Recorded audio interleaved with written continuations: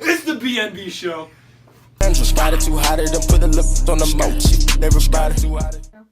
Welcome to episode 3 of the BNB Show. Of course, I'm your co-host, Brandon McGonnell. I'm Nate Tressler. And I'm Ben Parker. And we're doing, as usual, idea shootout. Ben, let's start with you. What do you got?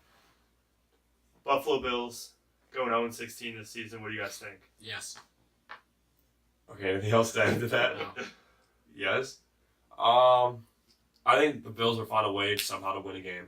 I don't know. There's no game in the city we can say, yes, the Bills have a chance to win that game because really, they suck. Do they play the Browns? I don't think so. No, they don't. They don't. Never mind. But, no, I don't think the Bills will go 0-16. I think they will. I mean, you have players retiring at halftime, like Vontae Davis, which we'll talk about later. You have a rookie quarterback who wasn't even the first quarterback, the highest ranked quarterback in the draft, and he's not playing very good at all. LaShawn McCoy fractured his rib cartilage. You have no bright sides on that team right now. Calvin Benjamin. He's a decent receiver. But he hasn't shown anything. Yeah. That's true. All right, Nate, what's yours? What is the problem with David Johnson so far this season? Start with you. Let's not focus on David Johnson. Let's focus on the whole Arizona Cardinals team. They've looked awful so far. Bringing in Sam Bradford is a bad idea because he can't orchestrate an offense. And tying into David Johnson, what's up with their offensive line? It's completely penetrable. Like, they have not looked good the whole season, and it reflects on their rushing yards, it reflects on the scores of their games, it reflects on all the stats you can measure. Brandon, what do you think? I'm going to agree with you, Ben. I think it's more on the team, and literally it's just the talent they have on that team, because they have a great coach in Bruce Arians.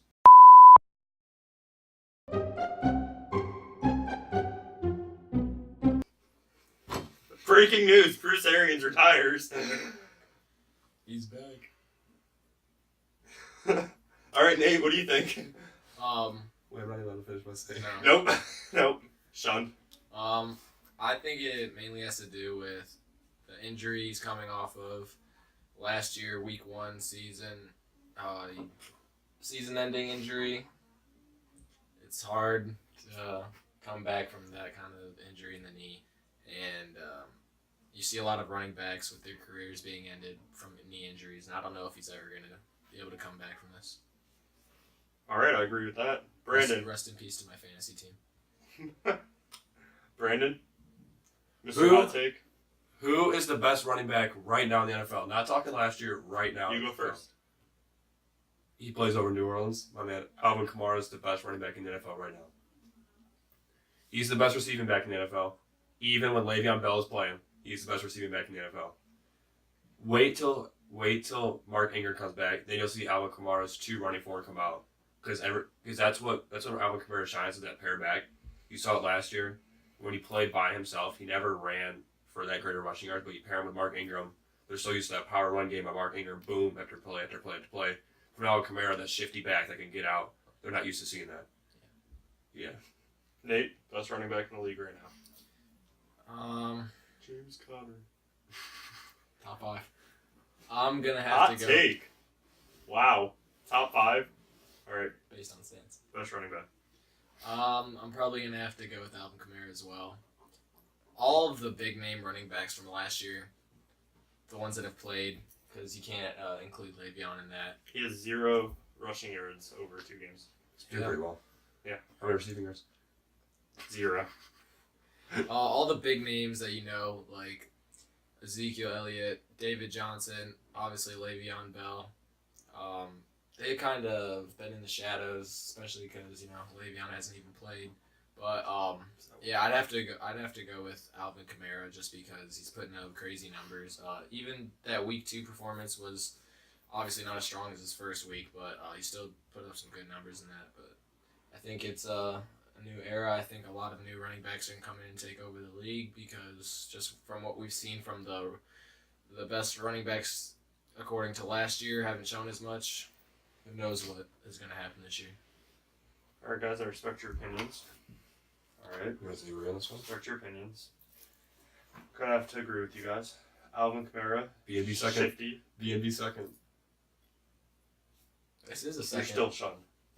I'm still shunned. Yeah, shifty back, hard to tackle. Yeah, I guess I'll agree with you guys. It's pretty anticlimactic. The only other person I would have to put up there with Alvin Kamara would be Todd Gurley. Yeah, but that whole Rams team is stacked. Yeah. So like, You got to take him off. Like, look at, he has a good quarterback. He's got a good line. He's got a good receiving core now. He's got Brandon Cooks in there. top defense. Definitely, at least Number one defense. number one, if not top three. Yeah. Where do you rank Kareem Hunt? Top 10. I mean, I I go wouldn't. top 5. I can't think of a exact number right now. I go top 5. All right. Right. That's it for Idea Shootout. I don't know.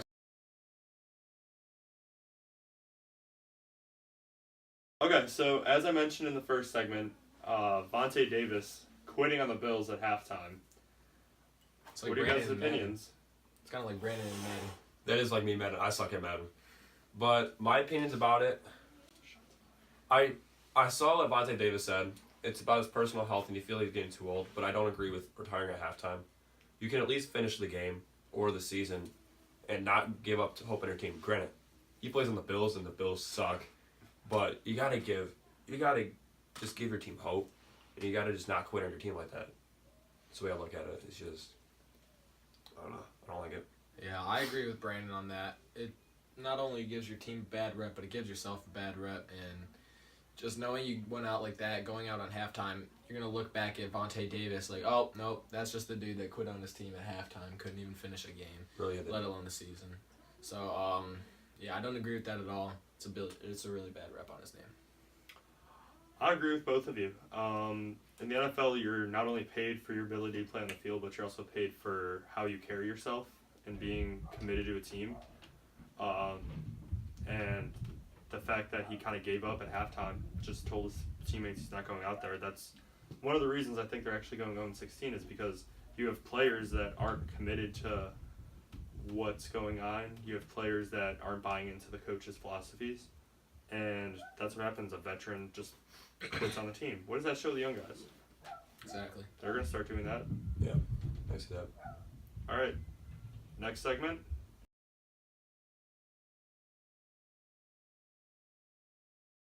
What's going on with the Pittsburgh Steelers through these first 2 weeks? And longer. I'm not, as a Browns fan, I don't want to say this like I care or anything, but I'm not too concerned right now. The Steelers do this every single year. They'll start off slow. They'll start the season off. Then by the end of the season, they'll pick it up and still finish 10-6, 11-5, and finish the top division. I mean, even with James Conner carrying that load on that offense. Big Ben, remember Big Ben last year at the beginning of the season? Looked horrible. Horrible at the beginning of the season last year, then turned around for the second half. I feel that's what Big Ben's going to do this time. That's what the Steelers are going to do this time, and I don't think you can count on the Steelers just yet. I have to disagree with Brandon. You have your star running back who refuses to sign a franchise tag, okay? Antonio Brown takes to social media and starts going back and forth with fan. Well, it was a fan. I mean, people have been saying it's fans, but it was one altercation. And doesn't show up to practice. There was? Threatened to punch somebody in their jaw. Really? Yeah. So there's Multiple cases, not just one. instances going on with the Steelers that just it doesn't look good for them. Other seasons it's been Big Ben starts slow. Last year Le'Veon Bell didn't have training camp. But this year it's just a culmination of all these things, and That's a big word. I feel like the Steelers, as sweet as it is for me to say, are on the downfall. And they might win the AFC North this year, but their future doesn't look very bright. Your thoughts? I'm kind of going to have to go in the middle. And what I mean by that is the Steelers' defense, starting with the defense, has done nothing but gone down since Ryan Shazier's injury. And right before that, things were looking really good for them. And now that defense, I would say bottom half in the league. I honestly would have to say draft bust for the first round pick, Terrell Edmonds. He's going out there and he's getting bodied by Kareem Hunt. I think everyone saw the highlight of him completely getting stiff arm to the ground. Oh man, he got destroyed. But now looking on the offensive side of the ball, Le'Veon Bell isn't showing up. Last year he didn't show up to training camp, but he got his stuff together and he showed up for week 1 and he played the entire season. Antonio Brown, there's always, even last year there was the headlines about him being unhappy because he's being labeled as that Devo receiver, as a lot of receivers are nowadays. Yes. But Showing showing it on the like that, you're a diva. Yeah. He's got the moves. Yeah, pretty diva moves. But when you show emotions like that on the sidelines, when you're tweeting to fans about rearranging their jaws, Kevin Durant. when you're tweeting to ex-Steelers workers, he was an ex-facility worker, I believe, or someone in the organization, saying, trade me to find out if he'll do as good on another team. Things like that really concern me as a Steelers fan personally, because it's just not looking good. The killer bees, you got Le'Veon not even playing, Antonio Brown unhappy, and now Big Ben, who, despite week 2, he did have... You never know with Big Ben. It's always kind of wishy-washy with him now, because you see week 1, he throws, 3, 4 picks, something like that. I think it was 3. One wasn't his fault. One wasn't his fault, though. No, one wasn't his fault. And then to Denzel Ward. Yeah. Who you said was a bust. Okay. And then week 2 comes out and throws 450 yards, 3 touchdowns, 1 rushing touchdown. Patrick Mahomes. I don't know. Part of me is saying that the Steelers are going to get it together because, like Brandon said, they do this every single year. They always start off slow. But then the other part of me is saying that who knows, because this year the Killer Bees are finally, it could be coming to an end. So we'll have to wait and find out. But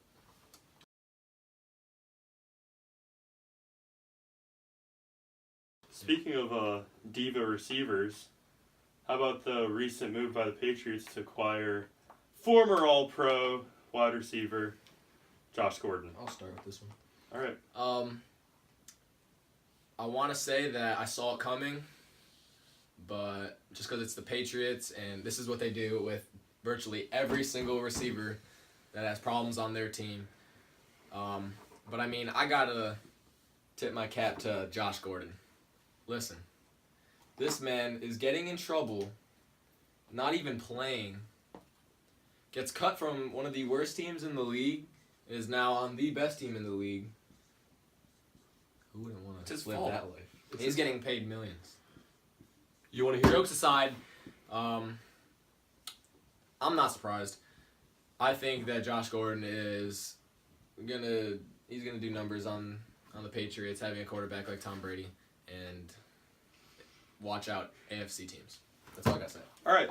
Here's my take on it. All right. The Browns made it a point to say that this changes their culture. Okay. They said we didn't trust him, so we cut him. We traded him. And that's getting to my point is they didn't trust him. They traded him to the best team in the AFC. So Hugh Jackson is sitting in his office and he's saying, now you better behave on our previously 0-16 team or we'll trade you to one of the best teams in the NFL. To me, it's just not a good message to send to the players. Granted, at the end of the day, I'm glad we traded Josh Gordon. I'm glad that the Browns moved on from him because he did have a troubled past.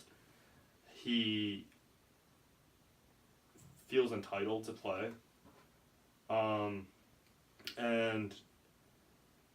you would have been better trading him to, the Bills or the... I don't know. Ready for Mr. Hot Take himself to yeah. come out today? All right, Mr. Hot Take, go ahead. It is the most overrated move of the offseason. It doesn't matter. Good thing it's not the offseason. Josh Gordon is not that good. Watch him on the field with the Browns. 1 catch the whole game. How many times did you see him on the field? He was targeted twice. Okay, he was targeted twice. But how many times did you see him on the field getting man-to-man coverage and getting beat off the line?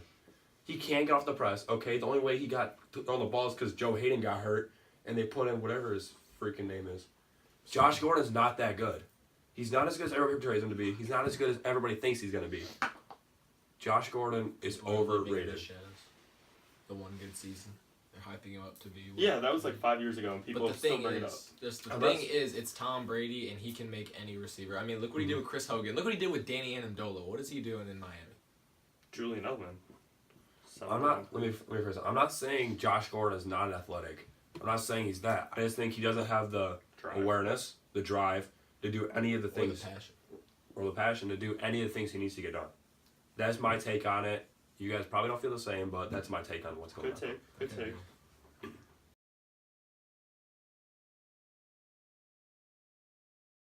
So we brought up the Browns, all right, and kind of a question going around the league right now. What's going on with kickers? That's a really good question. I think there's something in the air, something in the drinking water around the United States because The United States. I don't know what's going on with NFL kickers. I think we've seen more missed field goals and extra points in these first 2 weeks than half of the NFL season last year. You got to look at big names. Let's see. Start off, obviously, Chris Boswell. Shaky week 1 because he missed the overtime, but that's exceptional because of the weather. You can understand, but week 2, missed the first field goal, and then extra point, and then look at the Browns kicker. He was a legend in college. Obviously, that didn't translate to the NFL, but also look around at the Vikings kicker. Blair Walsh. Yep, he messed up. He's not their kicker anymore. He's talking about when he was the kicker and missed that extra. Okay. Look at who else? There was one more. Josh Gostowski. Lambo. Mason Crosby. Packers. Josh Lambo. Patriots. Chargers. Gostowski, or however you say his name. He missed an extra point and a field goal. I'm pretty sure. Hauschka for These are all NFL Household kickers that are names. missing. All the top of the line household names that are missing. Field goals, maybe not even like 45 yards and under, and then you see them missing extra points. I know they moved the extra points back, but that is no excuse. If you're a top name kicker, then you should not be missing these. I don't know what's going on. I don't know if everyone has new season jitters or something, but I don't have an explanation. I was watching a talk show the other day, The Herd. I know you guys know that show. I was watching it, and they were talking about how kickers coming out, every kicker struggles in their first year, correct? Every kicker has a first year struggles because they're not used to the pressure. Well, every year the kickers get beated on and just like torched on social media because they missed this field goal, they missed that field goal. So their confidence coming out of the start of the year just plummets because everybody blames it on them and they don't have the confidence to carry themselves next year. That's what happened to Zane Gonzalez. Zane Gonzalez coming out of college had the most made field goals in FBS history. Came to the Browns and just after a couple games, just everybody like took at him on social media and just confidence was just lost. That's why things happened to Zane Gonzalez, and that's what happened to a lot of kickers in this league because social media is such a big impact on what goes on in the NFL. Why can't we just support kickers? They're kind of like kickers aren't people. like they're kind of like the little kid that you're forced to watch, and you have to get along with them. Why can't we do that with kickers? Like, cut them some slack, all right? I mean, I know at my job I mess up some things every so often. Everybody does. Everybody makes mistakes, and something's gonna happen. At the end of the day, if it's just a game, you don't get to start threatening kickers. Game they get paid millions for. You gotta realize you're a kicker. You go to practice. All you do at practice is kick field goals. You were just supporting him. Yeah, that's the one thing that concerns me. If you have one job in your entire, like, say if you were a kicker, all you have to do is practice. You have one job. It's kick field goals through, not including like kickoffs. That's easy, but kicking field goals. But you got one job, and it has to kick it through the uprights when your team can't get in the end zone. And if you can't do that, then you shouldn't be employed at your job. How about the punter for the Seahawks doing the drop, the rugby style kick? Okay, the drop kick on the kickoff and kicked it in the end zone. That was pretty dope. Right. But looking back on it now, I don't know. Like, that's just a great question of why these great kickers are just doing crappy now. Dan Bailey gets another shot though. He does get another Good shot. for him.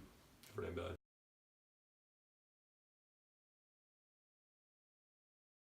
All right. This was episode 3 of the BNB Show. I'm Nate. I'm Brandon. And I'm Ben. And don't forget to check out Prestige. One of our great friends runs it and thinks the new line's looking pretty good, I have to admit. Yeah. And that's it. We're out. See ya.